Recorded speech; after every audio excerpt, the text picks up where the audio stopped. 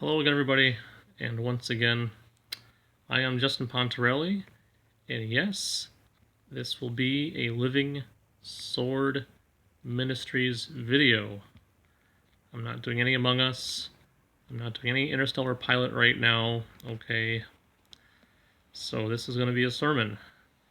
And if you're not into Christianity or hearing about what the good book has to say, then I recommend you click off and find something else to watch.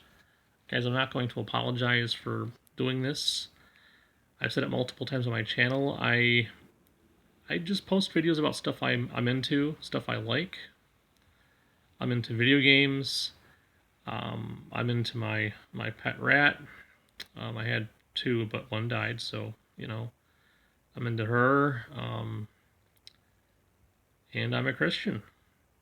And I'm a universalist Christian, meaning I believe everyone eventually, even after death and judgment, will come to love and be with God. Okay. And what exactly the lake of fire is, I'm not entirely sure, but I do not necessarily believe that it's a literal place of fire and literal torment. Okay. But there might be some punishment involved. But that's not the point of this video. Okay. This video is going to kind of be off the beaten path for me. And there's a story behind why I'm going to be producing the video. And I'll kind of touch on it just a little bit more, just a little less than I would like to, but anyway, I'm going to try to keep this video on the short side. I do believe I have the capacity on my phone to probably go and make it into like an hour or 20-minute video, but I don't want to do that. Okay. So guys, in case you're wondering why my camera screen just flipped down, it's because I'm using a screen recorder, which you probably can't see it up there in the corner. Okay. But if I'm not using my camera function, it just kind of minimizes. But anyway, I'm going to stop using that camera in a little bit. Okay, now, I used to do this all the time on YouTube, or sorry, not on YouTube, on Facebook. Just like I do now, under the name Justin Pontarelli. But whenever I did this kind of stuff, it would be under the title The Living Sword Ministries. I don't know if I've ever explained to you guys where I got that name from. I want to explain that real quick, okay? But let me first go through the... Well, actually, let me pause the video, okay? And then I'll get to stuff. 1 second.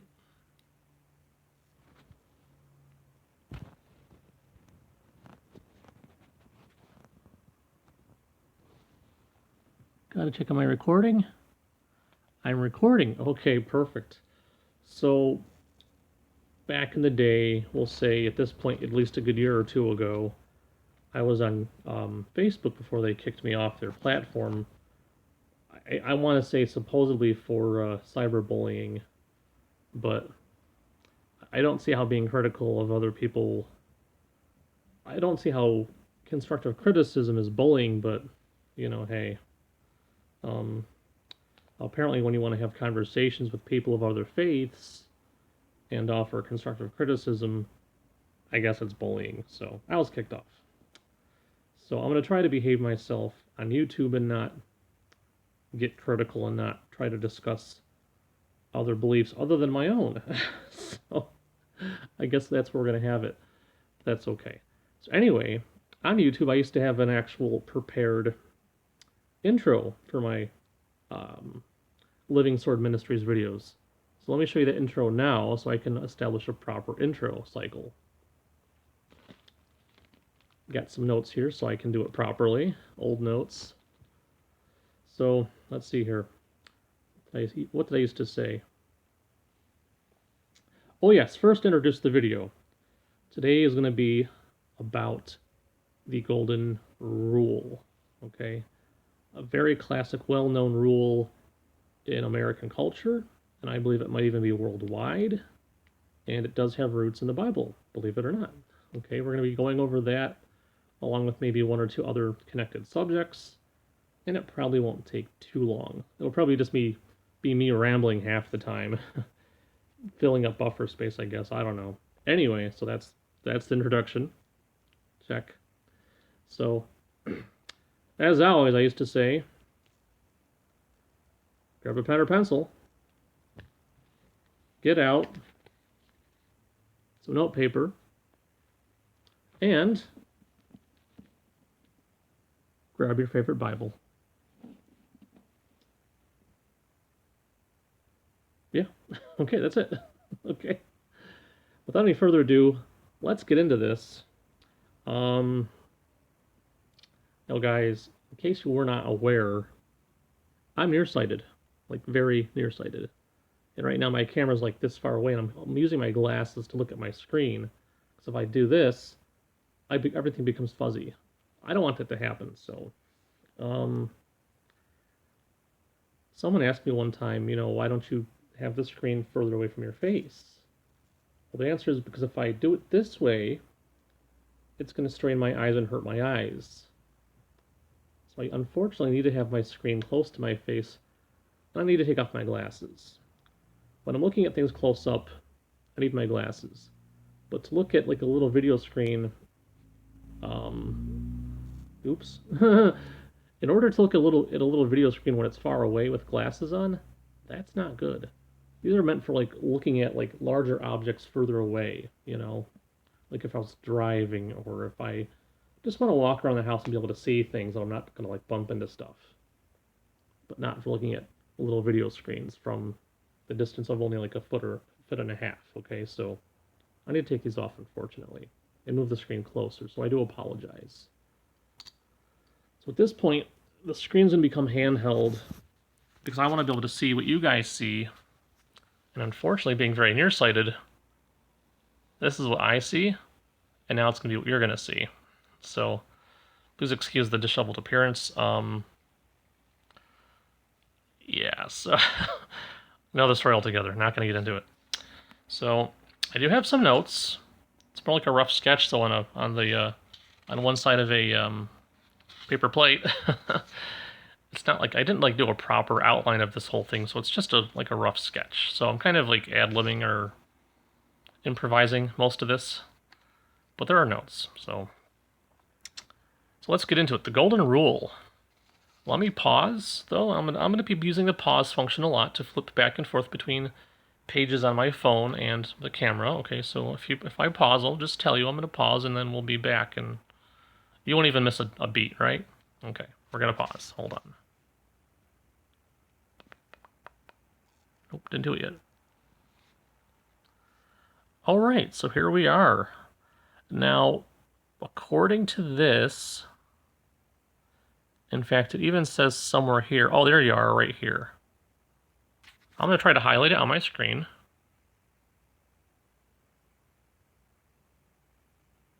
And right there. Okay, the golden rule highlighted in blue. Okay. Now, technically, you could argue this is where the golden rule comes from, but let's actually go to its origin. At least its origin in the Bible. Now, if the golden rule actually originated from the Bible is up for debate, and I don't want the commentary below to turn into a debate over whether or not the golden rule comes from the Bible.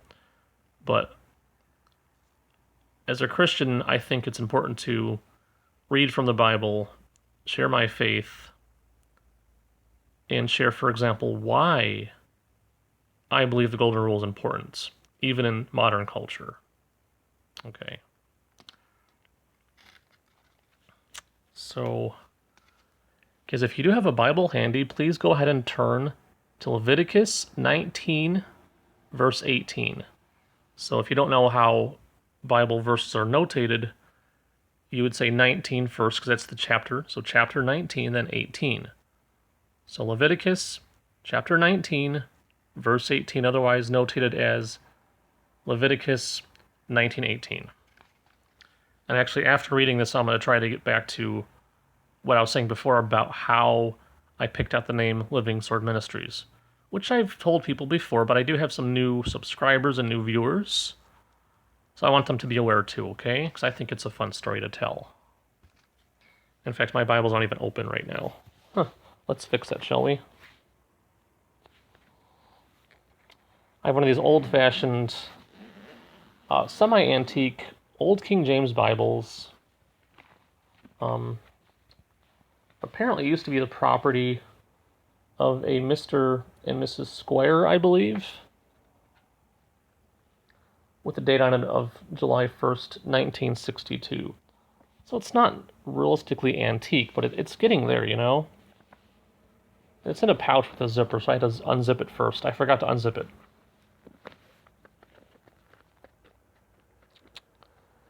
And I'm not exactly a hotshot with finding verses, so this could take me a little while. So I'll try to fill the dead air with some of me just ranting and raving about whatever. Ah, wait, I actually got it. Leviticus 19 and verse 18. Here we are.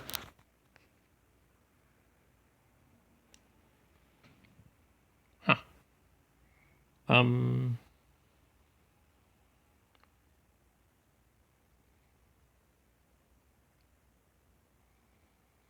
Oh, okay. Yeah. This is right. Okay. I'm looking at it in the King James, going, this can't be right. But no, it's right. Thou shalt not avenge, nor bear any grudge against the children of thy people, but thou shalt love thy neighbor as thyself. I am the Lord.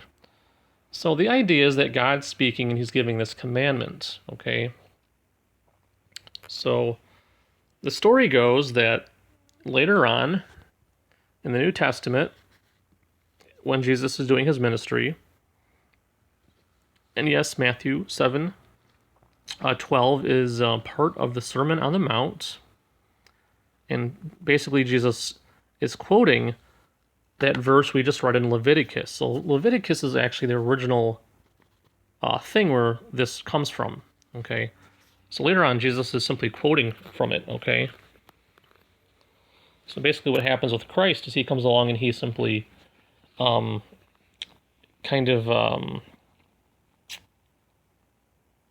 what's it called? I would say gives his stamp of approval to things that are really from God, and, you know, and there you go, basically, is what it comes down to, okay? So I've got to try to keep the phone away from my face too much, you know. Anyway. A little nervous and jittery for some reason. I haven't done a sermon in a little while. Anyway.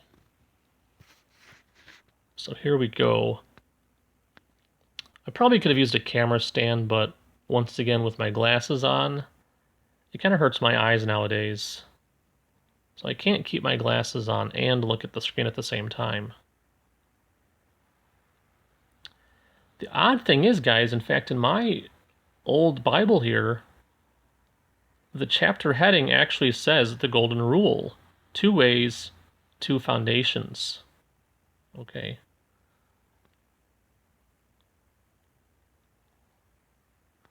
And so, yes, this is part of the Sermon on the Mount. The Sermon on the Mount starts in chapter 5 of Matthew. So let's read verse 12. Therefore, all things whatsoever ye would that men should do to you, do ye even so to them, for this is the law and the prophets. Okay. So we're going to pause there for a moment. And I'm going to backpedal. I should have done this earlier. Let me go ahead and explain very quickly why I picked the name Living Sword Ministries. And I don't claim the name as intellectual property. I'm sure there's other groups that have used it before or are using it. But I like it because it seems to make sense, okay? Let's go quickly to, I want to say it's Hebrews 4:12.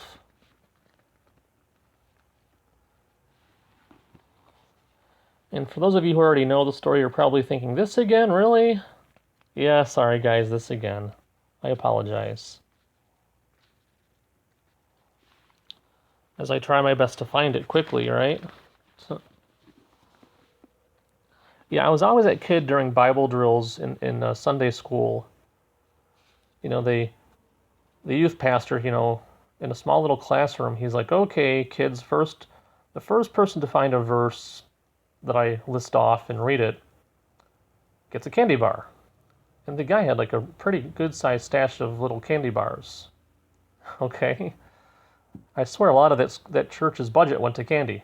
So, probably a great way to program kids, right? But in reality, he's just trying to get you to read the Bible, I guess. Or maybe just to make the class fun. That's what I think it was. So, you do something simple like, I don't know, like Romans something, something, something. And I'd see these kids around me. They'd whip open their Bibles. And with lightning speed, they instantly whip to the verse he's talking about. And I'm thinking to myself, how did they do that? Here I am thumbing through my Bible, going to the table of contents, and even still to this day, I cannot do what they did. And every time you'd see the guy whip a piece of chocolate at these kids, and they'd grab it with such relish, and I'd be like, I just want one. I'd just be happy with like a little piece. So anyway, took me like about half a minute maybe to find a verse, but still, that's a long time. Hebrews 4:12. For the word of God is quick and powerful, and sharper than any two-edged sword, piercing even to the dividing asunder of soul and spirit, and of the joints and marrow, and is a discerner of the thoughts and intents of the heart. So, back in the day I was thinking, okay, Word of God must mean the Bible, but in reality the Bible had not yet been written yet. Okay, think about that one. When we talk about the Bible, we refer to the entire canon or the texts that have been canonized as being from God, okay? As being divinely inspired, okay? But someone pointed out that the Word of God, Christ actually has the title Word of God as one of his titles. So this is actually talking about Jesus Christ, okay? But the Bible is often referred to as a sword, kind of like the gospel. The gospel's a sword, and only Jesus Christ can, discern your thoughts and intents of your heart.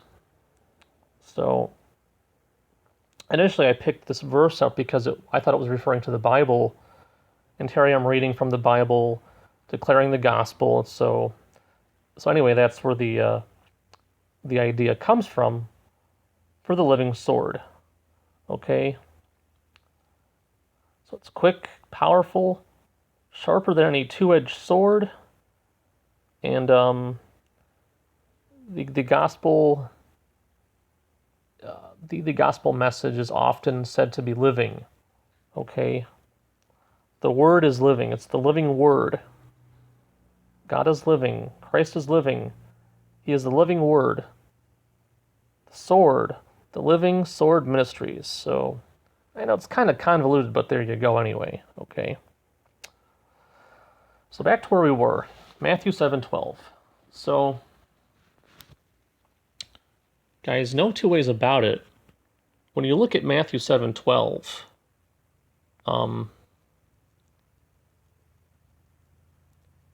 it is very obvious that this is, at the very least, the Christian origin of the Golden Rule. Now, again, the point of this video is not to belabor the origin of the Golden Rule.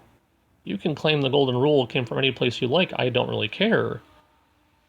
But the reason I would abide by the Golden Rule is because it comes from the Bible, and I place my faith in God. I believe in God. So, and the Bible talks about if you love God, you will do what he says. And the Bible also talks about that his commandments are not grievous. And this is a very simple commandment. But to be fair, it is one that for a human being is very hard to do all the time. So it does take some doing. Okay? Therefore, all things, Whatsoever ye would do, or ye would, that men should do to you, do ye even so to them. For this is the law and the prophets. Okay. Golden rule, right?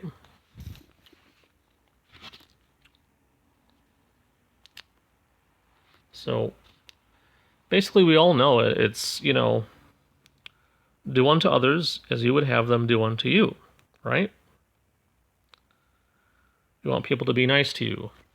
Respect your property. Don't be nasty. Don't punch me, right? If I don't want to be punched, I shouldn't go around punching people. If I don't want to be cursed at, don't go around flipping people the bird and cursing at people, right? You don't want someone to cut you off on the highway, don't cut them off, etc. Okay? That kind of thing. Okay? So, and I believe that, especially today, this is very important. Especially considering all the things that are going on, even right now, I think, still today, right? I don't know if there's still riots going on, but last time I checked in the news, there still was something going on. And obviously these people don't know what the golden rule is, and if they do, they don't want to abide by it. Otherwise, if they do declare to abide by the golden rule, they're basically saying, yes, we would like you to burn down our homes and businesses and curse at us and stuff. So I have a hard time believing that these people have very high morality. So, so let me, I guess, first give my little bit as to why I believe the golden rule is important. Because I do believe in the power of kindness. So let me give you a really dumb example, okay? And this really did happen to me. So as you guys might know, I've been playing a little bit of Among Us. That new stupid game off of the Play Store. We're here like on a little spaceship with 10 people. And up to 3 of them can be the imposter. And the imposter goes around killing people, right? So you might be thinking, how did I get to the golden rule off of that? Well, it's quite simple. So I hosted my own room. So my own game. I hosted my own game to a bunch of random people. And people were being a little rude at first. So finally I piped up and I said, look, my one rule is simple. Be polite or leave. So, you had a couple people leave. And I'm thinking to myself, I have to abide by my own rule as well. Otherwise, because it's like, the idea is lead by example. So I piped up and I would say things like, good job, crew. Nice try, imposters. This one girl even said, hey, I'm feeling a little tired. And I'm like, hey, maybe you should, get some rest. I hope you feel better. But she was very appreciative of the thought in the what's it called there? Anyway, so I can't think of the word, but the expression of the thought, I guess, into words. She was appreciative of that I would say such a thing. And at one point, like, you had half of the group telling me that I seemed like a cool and nice guy. And suddenly, right after they do that, we start another game with the same group, and lo and behold, I'm the imposter. So now my task, if I want to win, is to try to kill all these people. So I'm like, I know it's just a game and it sounds silly to say this, but I'm like, I can't do this. I don't want to hurt these poor people that just got done telling me that I'm a nice guy. So I go to the emergency button, and I hit it, and I admit I'm the imposter. So I know that almost half of them believed me. Perhaps all of them did. But the funny thing is that they refused to vote me off the ship. So long story short, I ended up getting a free win. Because even though at one point I got caught multiple times on purpose, killing people, they refused to vote me off. they allowed me to win for free. Simply because I was kind and respectful to my fellow man. Okay? And that's part of the reason why I decided to do this video in the first place. You know, the power of kindness. The golden rule. Okay? It's very important in today's society. And the Bible talks about that. Okay. So let's move on, because there's not a lot of verses here to go over. So we want to go next to Luke 6:31. And this, I believe, is just going to be a parallel verse, which means it'll just be the same thing, except it's another person's account of the same speech that Christ gave. Okay? And if you have a red letter Bible, these words should be in red. And again, I have not reviewed this video yet. I have not reviewed the sermon yet that I'm giving. This is basically pasted together. Shoot.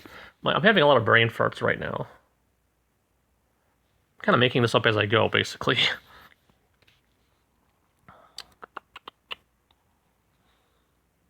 Yeah, Luke 6:31.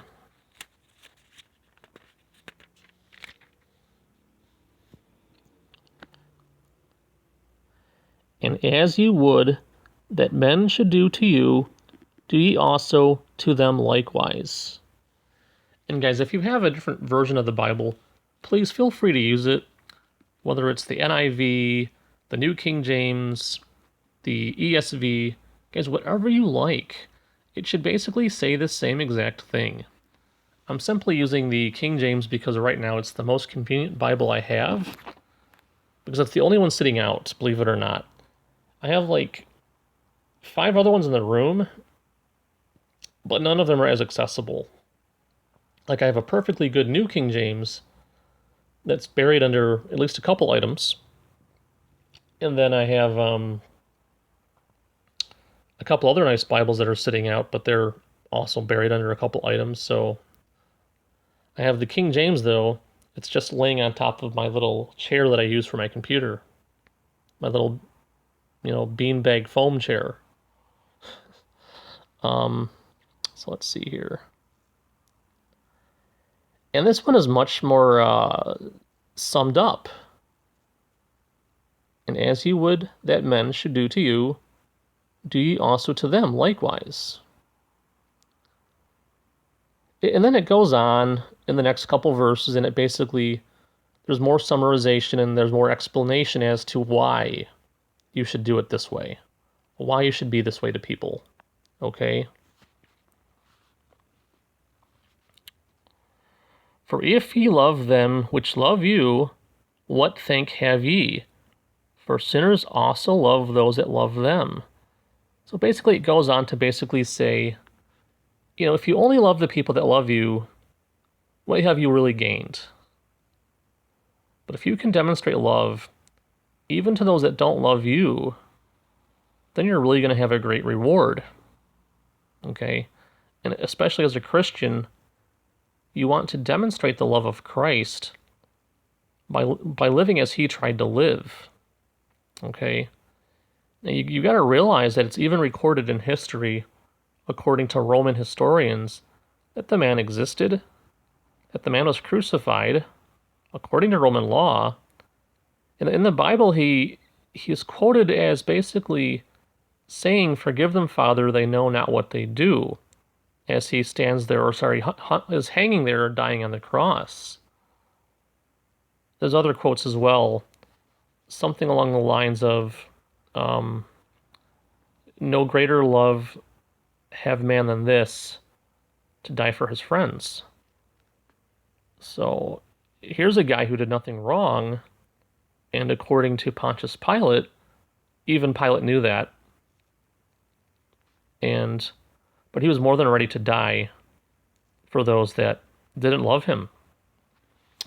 Anyway, so in fact, even a convicted killer was released, kind of like a prisoner exchange type of thing, so that Christ would die instead. Okay? So there's really not much to say about this topic other than it's so important because if you go back and think about what's going on, the riots, just in daily life, if you want people to be kind to you, be kind to them. Would you like the secretary at work to say hi to you? Say hi to her. Be nice to her. Be polite. You don't gotta hit on her. You don't gotta compliment her nice dress. Just be polite and say hi. How you doing? That's all. And eventually she'll probably say hi to you too, right? If you don't want people to cut you off in traffic, don't cut them off. You don't want to get flicked off because you're being rude. Don't be rude. Don't flick other people off. It's almost like elementary. And I'm not always a shining example of this. And this gets into my little pet peeve about hypocrisy. But the problematic thing is if any man is honest with himself, he can admit that there's a little bit of hypocrisy in himself. And I perfectly admit that. I'm not always perfectly polite or perfectly kind. I can often be rude even to my own family members. But as a Christian man, my goal should be to strive to be like Christ, to be like the one I worship, to be like the one I believe is God in the flesh, who died for me. And I should strive to live by what this book says to do. So, you might go and say, well, what about the Old Testament? They say a lot of things about animal sacrifice and killing people. It's like, whoa. First of all, that's a whole other topic. But I will simply say that I believe in something called progressive revelation, which means the further you get into the Bible, the more and more you understand, and the more and more truth is revealed, okay? You got to realize back then in the Old Testament, they didn't have God with them in the flesh. Finally, God comes to them in the flesh in Matthew. You have him in the Gospels, Matthew, Mark, Luke, and John, and he's explaining things to the people as they really are, kind of maybe clearing up some miscommunication, basically, okay? And maybe there were reasons why God supposedly commanded the Israelites to destroy entire towns and kill all the people. I don't know. Am I making excuses for what these people did? No, but you got to remember, part of the process was he was trying to get these people to the promised land. And I guess people were in their way that weren't going to let them peacefully go there. So even today, we sometimes believe that war is inevitable or necessary. It's not what we want, but I guess even what I've read today from other people is that even still in the Middle East, there's a lot of warlike mentality. And sometimes the only thing people understand, especially in that region, is violence. So that's unfortunate. But if everyone abided by the golden rule, then there should never have been a problem with giving these people their own land. Okay? There's plenty of land on the planet to use, right? At least I believe there is. I could be wrong. Hey. Anyway, let's keep going. I don't want to run over time here. Let's go to Mark 12:31. And this is probably just another repeat of the same thing. And if it is, I'll just read it and keep going, I guess. If I can find Mark, right? Like it's right after John, or it's right before, maybe it's not. You know what? It's before Luke. That's why I'm having problems finding it. Okay, there we go. Mark 12, let's go. Okay. And verse 31, just like the other one, 31. And the second is like this, namely, Thou shalt love thy neighbor as thyself. There is none other commandment greater than these. So basically, these are the two greatest commandments. Okay, the whole thing starts in verse 29 and runs down to verse 31. Okay, again, another person's account of the same teaching of Christ. Okay, there's 4 accounts: Matthew, Mark, Luke, and John. And all of them cover Christ's teaching while on earth, with each book having a different focus. With John being more about the divinity of Christ and the person of Christ, whereas the other books kind of focus more on his teaching, and Matthew has more of a focus on his lineage. And then I do believe that Romans 13, 8 through 9 has something pretty good to add. Let's go to Romans 13.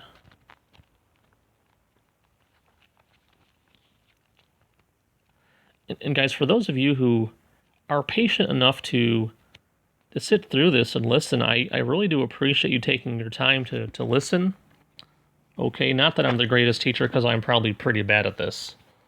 I'm not going to lie. I feel that I'm pretty dry. I wouldn't listen to me. This guy, really? He's pretty boring, I'd have to say.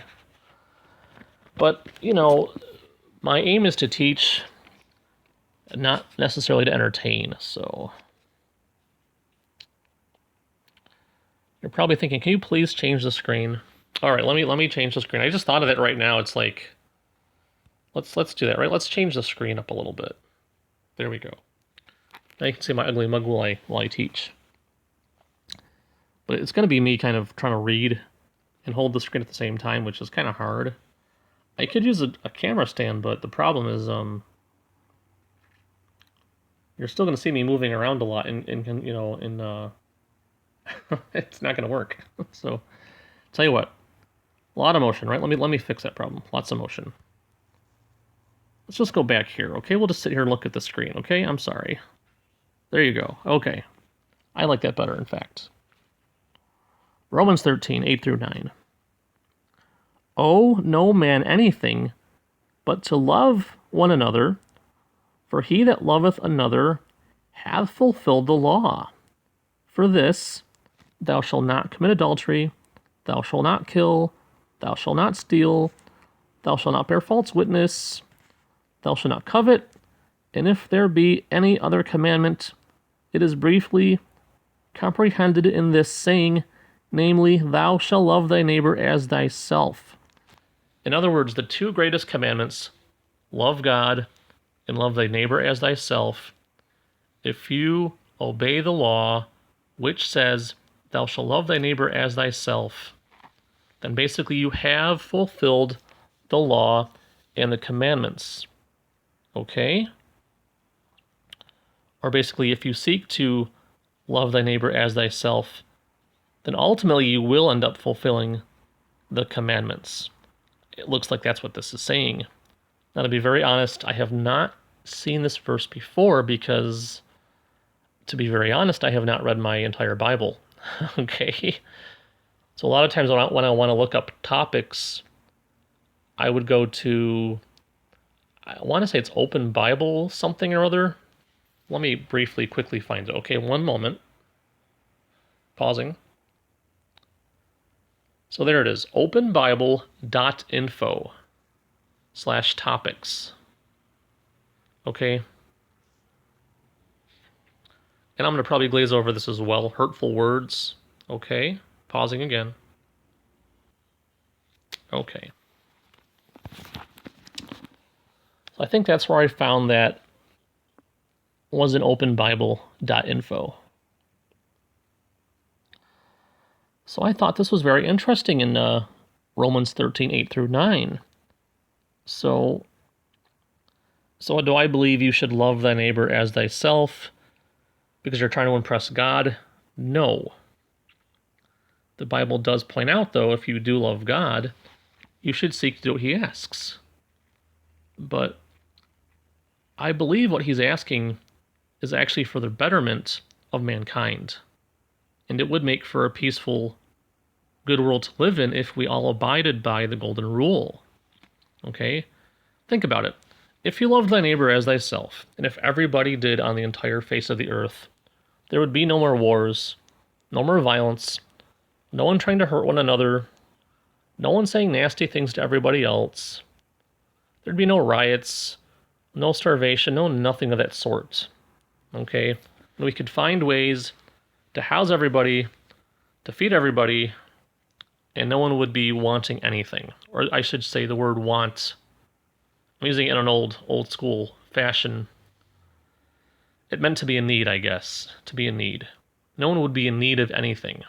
Okay? I'm not saying you wouldn't want the latest and greatest entertainment system. I'm just saying you wouldn't need anything essential. You'd be covered. Okay? I'm not trying to suggest some kind of communist utopia, because that's not the thing at all, but maybe it's not possible on Earth. I don't know. I'm not sure.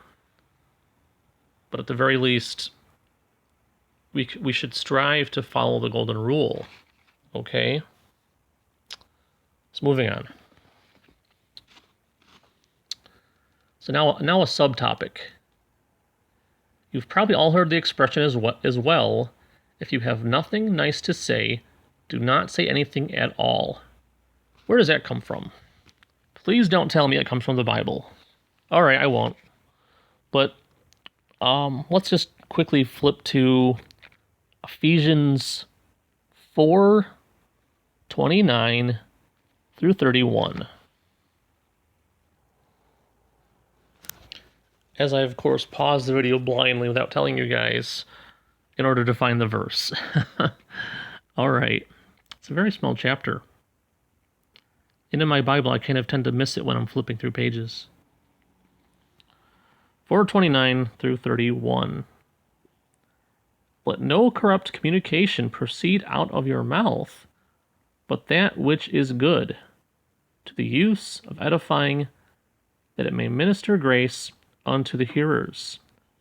And grieve not the Holy Spirit of God, whereby ye are sealed, unto the day of redemption. Let all bitterness, and wrath, and anger, and clamor, and evil speaking be put away from you with all malice. And be ye kind one to another, tender-hearted, forgiving one another, even as God for Christ's sake hath forgiven you. So basically, don't be a jerk to people, don't say bad stuff, don't be nasty. That's all there is to it. Okay? And to be very fair, it is a very huge order. Okay? Imagine someone, says something nasty to you at work, and later you say something nasty back to him. That's human nature, right? Someone's nasty to you, you turn around and say, you know what, you're a jerk. Go, F off, right? Very bluntly, right? Let's not mince words here. But the good book tells us, no, you don't do that. You don't tell so-and-so to go and, whatever to himself. You don't tell him that. Okay? Be ye kind one to another, tender-hearted, forgiving one another, even as God for Christ's sake hath forgiven you. Okay? And again, this is connected to, if you have nothing nice to say, do not say anything at all. There's also Titus 2:8. At this point, I'm trying to speed up here because I'm running out of time on my recording session. But I do believe I have about an hour, so let's keep going. And, got it. Sound speech that cannot be condemned, that he that is of the contrary part may be ashamed, having no evil thing to say of you. Okay. Let me try to quickly find this in Bible Gateway. Okay, so I got Bible Gateway pulled up, Titus 2:8. I'm coming from the English Standard Version, as my phone is being klutzy. And sound speech that cannot be condemned, so that an opponent may be put to shame, having nothing evil to say about us. Okay, so basically, watch what comes from your mouth so that no one can, be nasty back towards us, okay? That's all there is to it. All right, so I'm not going to linger here because I don't got much insight here, so I'm just going to stop and keep going. Proverbs, we're going to go to Proverbs, starting in Proverbs chapter 12, 18, and then we'll go to Proverbs 15, okay? 1 minute, moment. So now I have the verse here pulled up, again on Bible Gateway, in the English Standard Version, and just to confuse you guys, I'm going to read from the King James, though, okay? Won't that be fun? There is that speaking like the piercing of a sword, but the tongue of the wise is health. If you read what's on the screen here, much different, huh? Now, the bottom line is not different. The bottom line, the message being conveyed is the same thing. It's just that the King James uses very old Elizabethan era language that I think, would have been known because of William Shakespeare, whatever his name would have been. Okay. And but there you have it. There's one whose rash words are like sword thrusts. Okay, in other words, that's going to hurt someone. But the tongue of the wise brings healing. So if you go around using rash words, thinking quickly, speaking quickly, when you're angry, you're going to say bad things. You're going to say nasty things. Okay, in other words, slow down, think before you speak, be wise, and you'll bring healing to people as opposed to hurt. Okay? And now we're going to go to 15, 1 through 4. And I do mean the same book.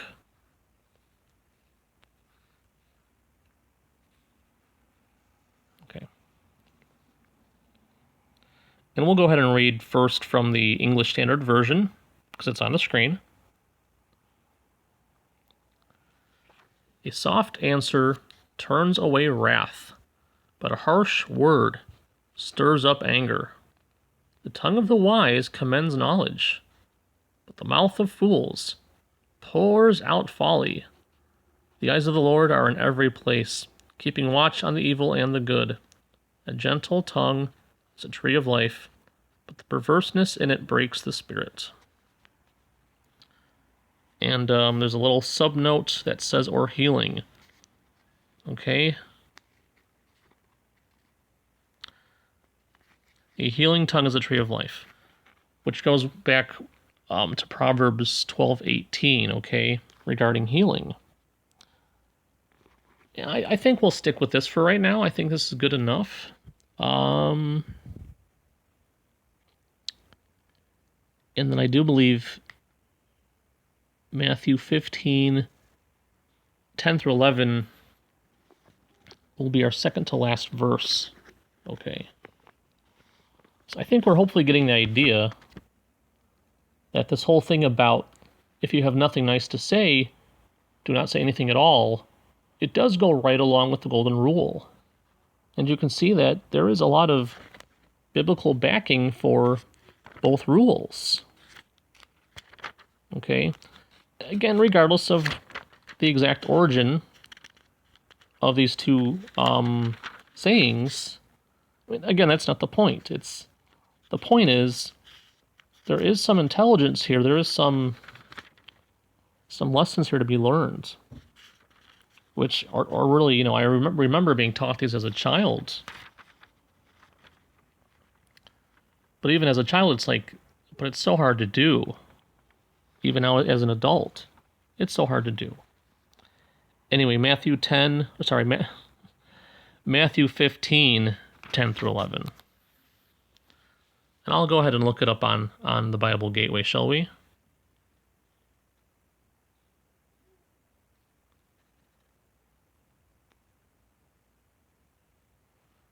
Brain fart, sorry guys.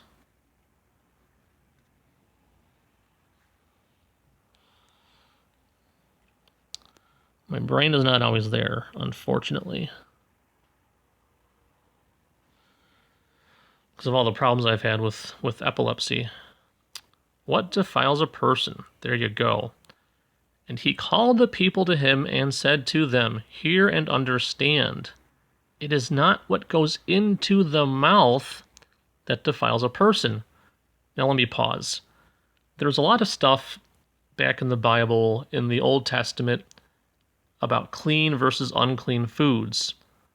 Basically referring back to clean versus unclean animals. Something about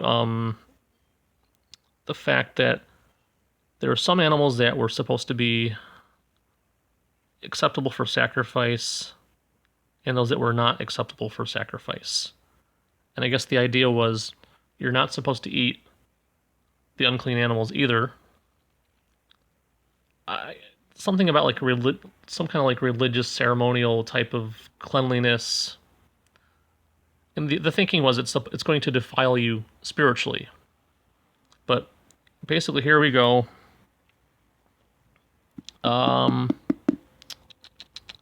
And again, these words are in red. And he called the multitude and said unto them, red letters, hear and understand. Christ is speaking. Right from the mouth of God incarnate himself, he is saying, it is not the stuff you eat that defiles you spiritually, but is it's what comes out of the mouth that defiles a person. So if you're sitting there spewing off hatred towards someone and being nasty towards a person, you are defiling yourself. Okay? You might say, but the person deserves it. But look at the same time what it's making you look like. Are you any better if you sit there and tell the person to flake off and whatnot and call them all sorts of nasty names? You're no better than them. I've been there, making myself look like an ass. And at the time I'm thinking the person deserves it though. But what does it make me look like? Do I make myself into the better person when I treat someone like garbage? No, I don't. I become just as bad as anyone else. And to be fair, I am just as bad as anyone else. And for me, being a Christian means admitting that you're no better than anybody else. But I should strive to live up to what these verses are talking about, which is even a lesson I need to learn myself sometimes. Okay? So, basically, if you have nothing nice to say, do not say anything at all. Basically, watch what comes out of your mouth. Because that's the stuff that's going to defile you. Okay? Romans 12:17. I'll just quickly flip in my Bible here. You know what? I guess I'll look it up on Bible Gateway too. Okay. I got it on my in my book here. I'll try to get it real quick on the phone. And guys, this is the last verse I have listed. Okay. Romans 12, verses 17 through 18.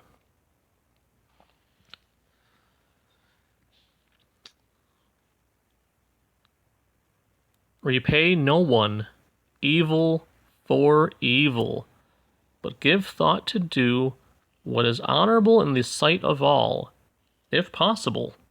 So far as it depends on you, live peaceably with all. Okay? And that really is what this comes down to. I thought this was a very decent verse to end on, because it does seem to summarize both topics. You know, do unto others as you would have them do unto you. And if you have nothing nice to say, do not say anything at all.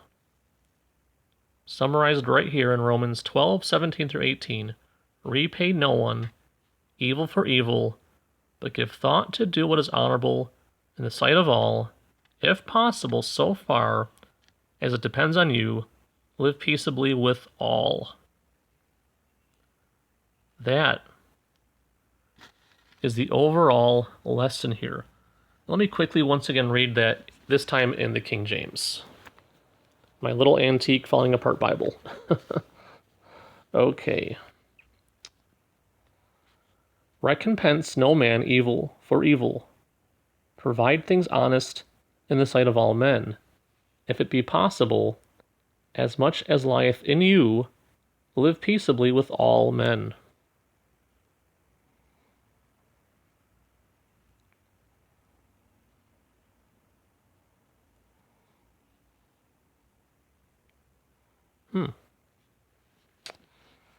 I'm just very curious, guys. There is some context here which we're probably missing. Maybe a final thought to think about while we end here, I think, maybe. The next verse says this: Beloved, never avenge yourselves, but leave it to the wrath of God. For it is written, Vengeance is mine, I will repay, says the Lord. So it's not up to us, okay, to hurt people, to make them pay for what they've done. And I'm not saying that God's going to go around, kicking booties and taking names. Okay, I don't think that's his business. Okay. And I've said this before in multiple places, and I've done other sermons on this kind of thing. Okay. What I believe God is about is healing. In fact, when Christ came down, that's a lot of what he did. You didn't hear him being nasty to people. What did you hear him doing?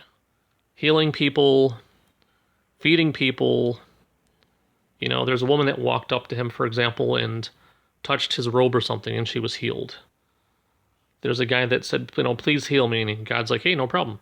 Christ is like, no problem, Woman caught in adultery. Does he say, yeah, stone her to death? No, he says, no. Don't stone her. Don't stone her. Don't chuck one stone at her. He says, go and sin no more. There's a verse that basically says, he doesn't come to judge. He comes so that we may have life and may have it abundantly. The man practices what is being preached. Okay? He practiced what is being preached here. He's practicing what he preached. So when I think about that, I don't believe this verse is talking about God coming down to burn the unbelievers to death and hurt them and hurt people. He comes to heal. And he comes to teach. And sometimes, learning lessons can be a bit painful, but in the end, you're going to learn and you're going to be fixed. And it's going to be okay. And we will learn to love God. We will learn to love others as we love ourselves. Okay. And God loves you. And I don't believe he will stop until you realize it. And he won't stop, and he will not quit until he's with you, until you want to be with him.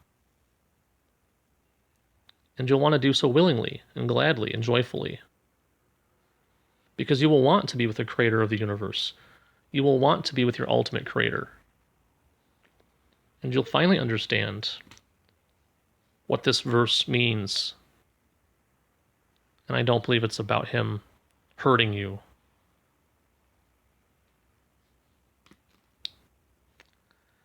And when I think about the harm that the Baptist church did to me as a kid, making me believe that well, if you don't believe in God, if you don't love God, he's going to burn you forever in a torture pit filled with fire and demons and worms.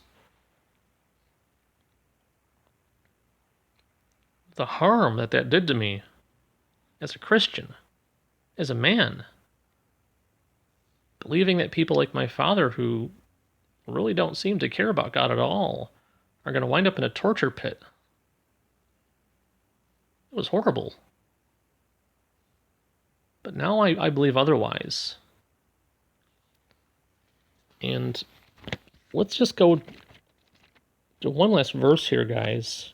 And I've done this verse before multiple times, but I believe it's worth finishing on because it really relates to how I feel. And what do you think about this verse? How can you really believe that it's going to end on a bad note for anybody?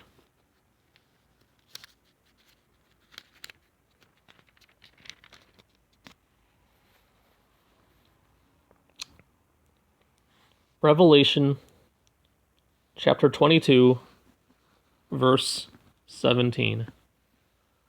And the Spirit and the bride say, Come, and let him that heareth come, and let him that is athirst come.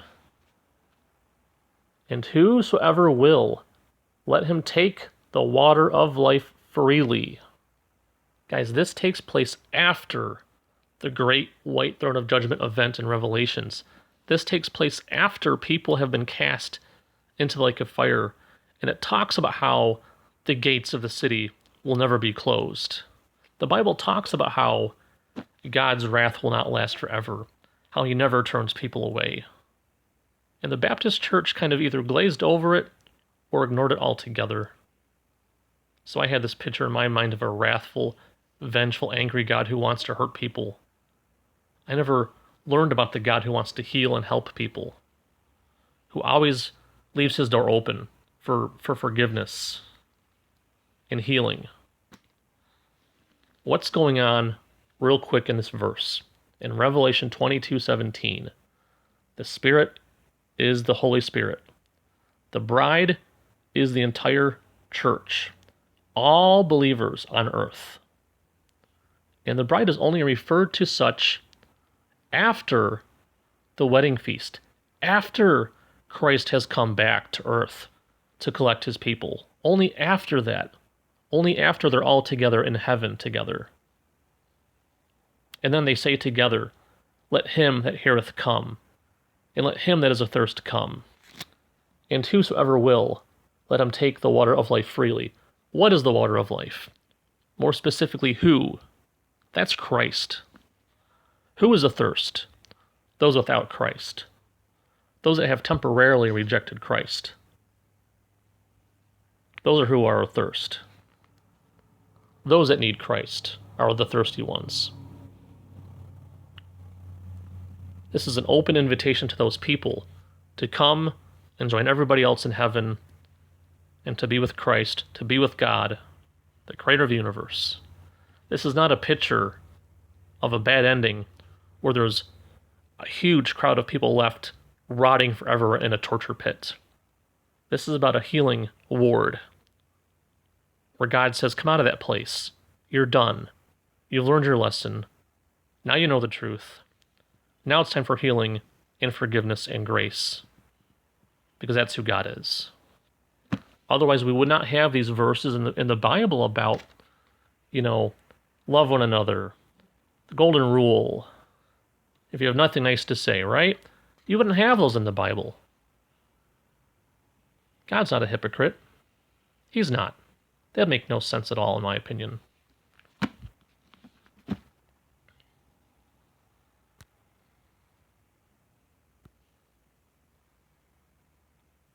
That's all there is to it. Guys, as always, if you have any questions, comments, or any constructive criticism at all, please leave it down in the comments below. If you want to hear more of my thoughts about this topic or any topics connected to it, please let me know. I don't often do any more sermon type stuff, but if you want to hear more, I'll do more. Ask and tell me, I'll do more. Okay? I'm very passionate about this. It's very interesting to me, and I do believe it very wholeheartedly. I'm not a Baptist Christian anymore. I haven't been so for a long time now. Everyone will be saved. God will save everybody. God will heal everybody. Everybody is forgiven. All we have to do is realize it. All we have to do is realize that we're not perfect, that we need a Savior. And then we will be with our Creator forever in heaven. Or I guess on the new earth, whichever comes first. I don't know that part, but, let's not. I can speculate, right? And remember, Virus 2020, wash your hands. God bless. Take care, guys. Until next time. See ya.